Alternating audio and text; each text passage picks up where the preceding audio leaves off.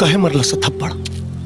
भरे चौराहा में सबके सामने तोड़ा के थप्पड़ कहे मरला सा? बाबूजी चुप चुप। गलती होकर ना, गलती है कर। साला चिंकी फार, साला मर्दन के पंजा मरोड़नी। और ये हमार बेटा एगो लड़की से जोर आजमाइश करके आ गई। जौन लोगन के हमेशा अपना जूता के नोक पे रखनी, उनके सामने हमारा औलाद थप्पड़ खा के आ गई। ये तब कुछ ना कर बेटे। जब तक हम ना कहा कुछ ना कर बातू। भीतर जा, भीतर जा।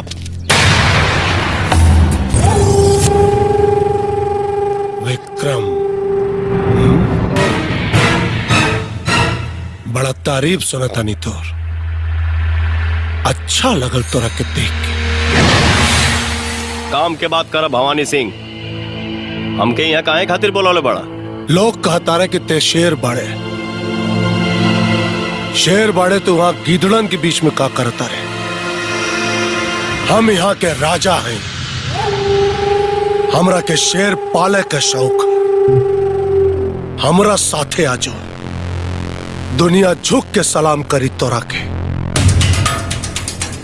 हम अपने मन के राजा हैं। हमार शौक सर झुकावल ना, झुकल सर के उठावल है। हम अपन यहाँ काम करे आइल बानी, केहू के गुलामी करे ना। और हाँ, समझा दिया है लोग के, हमसे अजुराए के कोशिश ना करी है।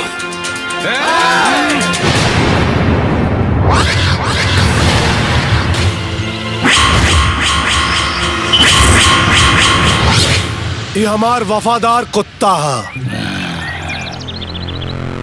जे हमार बात ना मानेला ना, ये ओकरा के कच्चा चबा जाला। अगर तोरा के यहां से जाए के हा, तो पहले एकर सामना कर।